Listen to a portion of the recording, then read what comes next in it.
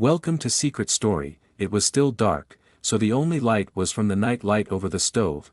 The slight glow of the kitchen clock allowed me to watch the sweep hand slowly tick by each number as time slipped by. I had been watching it for some time, almost hypnotized by its motion. It was just after 6:30 a.m. Sunday morning.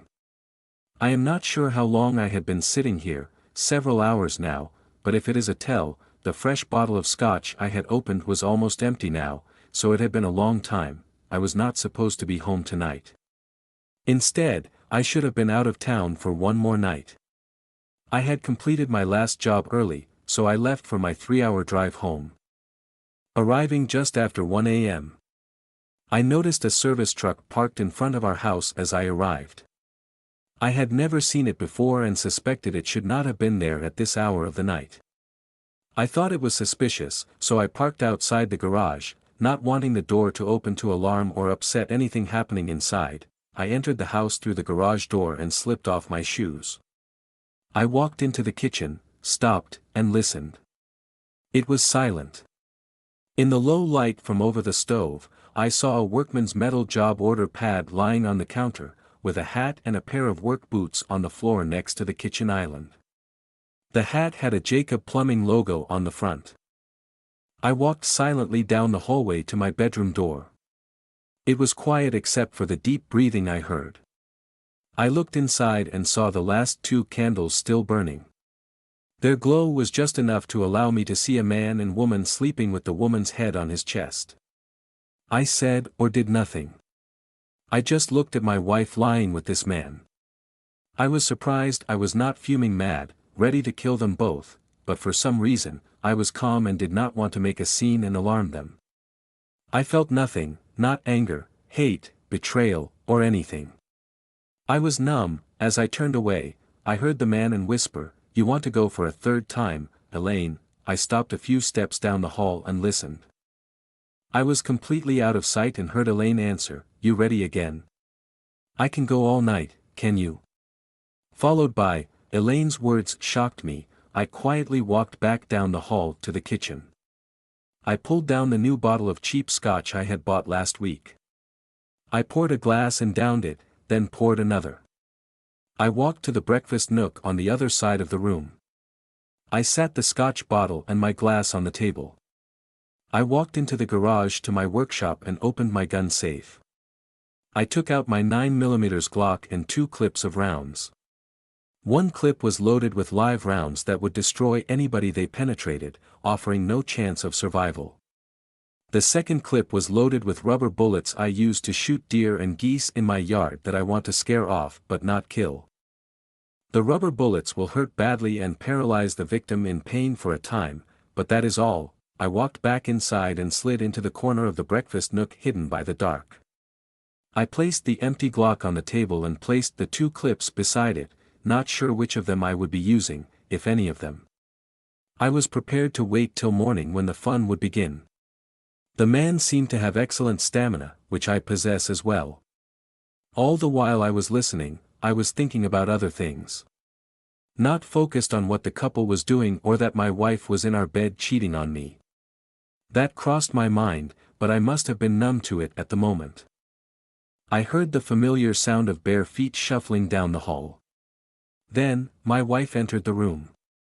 She was wearing a cotton work shirt with a logo over the pocket. It was flaring open as it was unbuttoned down the front. It was too big for her and was neither mine nor one I had ever seen. It must have been his. It was still dark, but the morning was dawning, so some light was coming in through the windows. Elaine could not see me as I was tucked in the darkest corner of the nook. I watched Elaine start the coffee maker and shuffle back down the hall to the bedroom. I heard words but could not make them out. Then I heard a squeal, and the bed started to move again.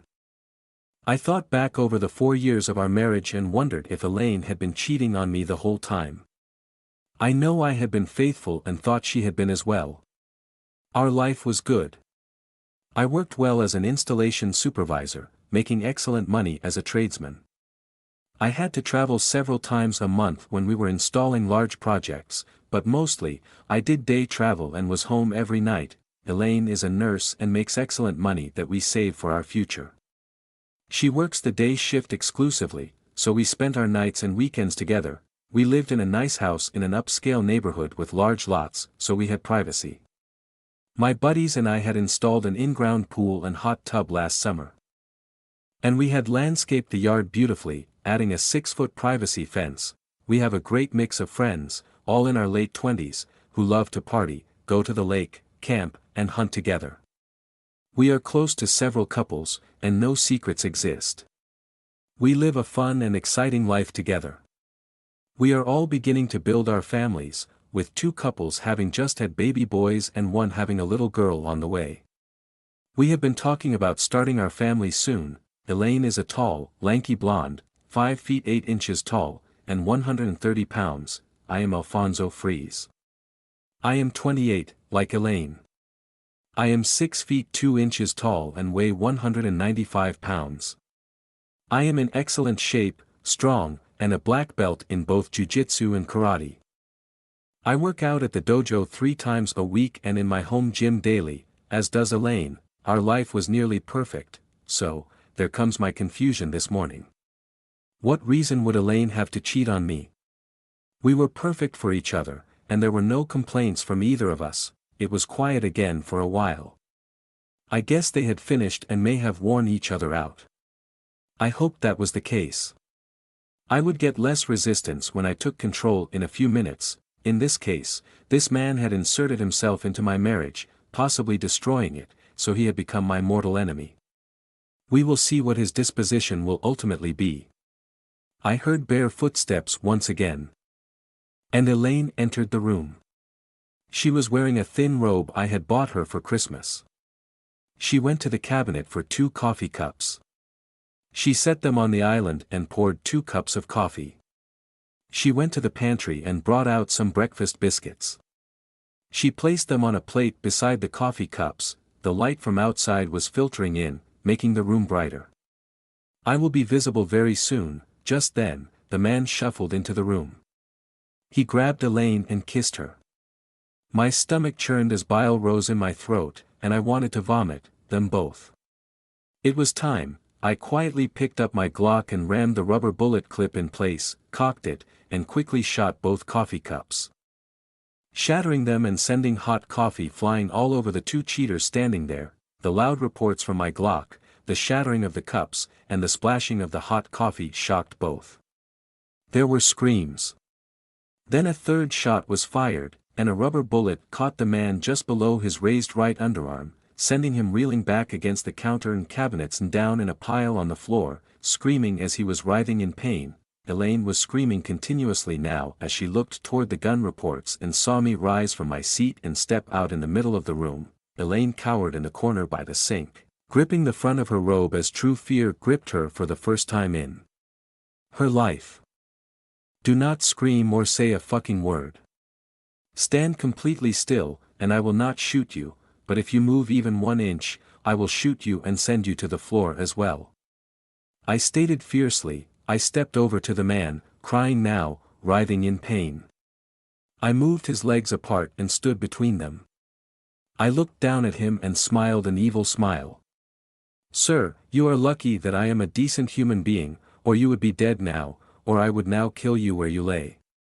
You have been violating my house, my bedroom, and my wife for many hours now while. My first thought was that I would kill you as a rapist, but I knew that was not true. Why? Why?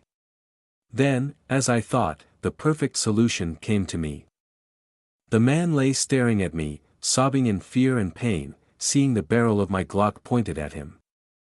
I looked at Elaine. She was no longer crying, and fear had wrapped around her. She was shaking violently and breathing short and halted. Her eyes were wide as she stared at the Glock in my hand, pointing at the man. So, sir, would you like to know my 3rd option, which I have chosen for you? Yes, you will be the recipient of further pain and humiliation. I have decided I need no explanation about how these events occurred tonight. You would lie to me anyway. I have thought carefully for some time while the 2 of you were each other, sharing great pleasure, to learn a little about you. I understand from your website that Jacob Plumbing is your company, and you are Matthew Jacob. I would generally be cordial and happy to meet you, but as you can imagine, after what I discovered here tonight, that is not the case now. I saw movement out of the corner of my eye. Elaine danced around like we did as kids when we had to pee badly. I looked at her. Stop dancing around, wife. Stand completely still. Her face was pained, and I knew she had to pee very badly. Well, she was not going to the bathroom, so she would have to pee standing right there. Wife, do not move or say one word, do you understand? I barked. Elaine cried out, "Oh God, I have to pee," and she instantly peed all over her legs and the floor. She began sobbing again as she let go, and her pee flooded out, wetting everything. I watched her, as did Matthew. Her humiliation was gratifying to me. I looked at her and said, "Elaine, look at me. Now sit down in the puddle of pee you made, and do not move." A horrified look came across her face. The embarrassment was overwhelming as she slid down the cabinet, sitting in a puddle of her pee. She covered her face with her hands and sobbed. I turned back to Matthew. "Look what you have done to my wife. You should be ashamed, Matthew. No gentleman would ever allow that to happen to someone he loves." "Oh, but then you don't love Elaine. You were just using my wife as your buddy, wasn't that right? Well, in light of that, and since you have taken something valuable from me, I will take a few things from you. First off, I am going to take your business from you. I will supervise your business from now on. I will make the profits, and you will be my employee. You will work for me for 10 years at whatever salary I pay you." I see the shocked look on your face, and you are thinking, he cannot do that. Well, yes, I can. In this state, your business is your property, and my wife is legally my property. So, you have taken my wife from me, so I choose to take your business in an equal trade. That is perfectly legal in the eyes of the law, tit for tat, as they say. You might tell me that you don't want Elaine to keep. Well, Matthew, I am not sure now, after you have used her the way you have, that I wish to keep her either. You defiled my property, so it is no longer pristine, as it was on Monday when I had to leave. You have used my wife's beautiful body so many times for your pleasure, with no consideration for her proper owner, me. I will deal with my wife once I have dispensed with the second part of your punishment. Oh yes, Matthew, there is a second part of your punishment. Please spread your legs as wide as you can in that position. You may be wondering why I need you to do this. But I on to pay for the blatant disrespect you have shown toward me. You also have a major lesson to learn, and I am going to teach you that lesson here this morning. Today, your life will change in ways you will not be happy about, but that will remedy the problem before us. You see, Matthew, you make it a habit of seducing married women as you creep through their homes throughout your workday. You target them as soon as you enter, picking the ones you want to defile, and you seduce them, as you have done here with my wife. You cannot be allowed to continue your predatory ways, so I am going to remedy this problem now. I am going to teach you that married women are sacred, and a troll such as yourself will never be able to defile another married or unmarried woman in the ways you did last night. Before I start, though, Matthew, you need to answer several questions for me. Your answers will determine the severity of your punishment. Matthew, just one lie or deception will add severe pain to your punishment. Do you understand? Matthew choked out, "Yes, good, good." Then Matthew, please tell my wife how many married women you estimate you have seduced in the last year. I asked. I could see the wheels were turning. He looked at Elaine, then at me. Well over 100, I am sure, he admitted. I looked at Elaine, and the expression on her face changed from fear to pure anger. She suddenly realized that she was just another notch in his bedpost. Her eyes were on fire. Thank you, Matthew. Now, how many single women have you seduced over the last year? I asked.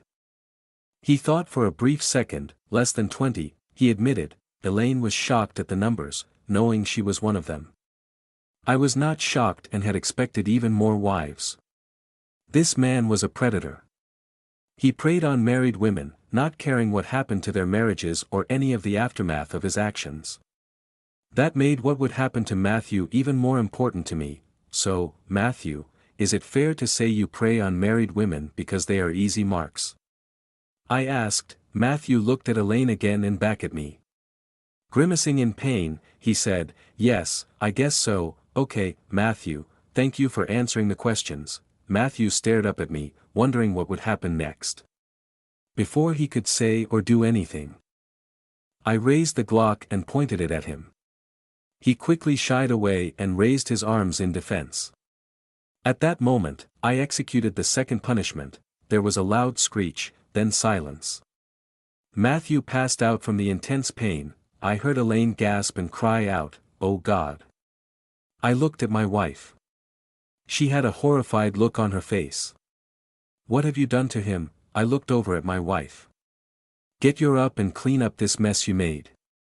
I pointed at the large puddle of pee, spilled coffee, and shattered cups. Elaine looked at me as I spoke harshly to her like never before. She stood and carefully walked to get the cleaning supplies.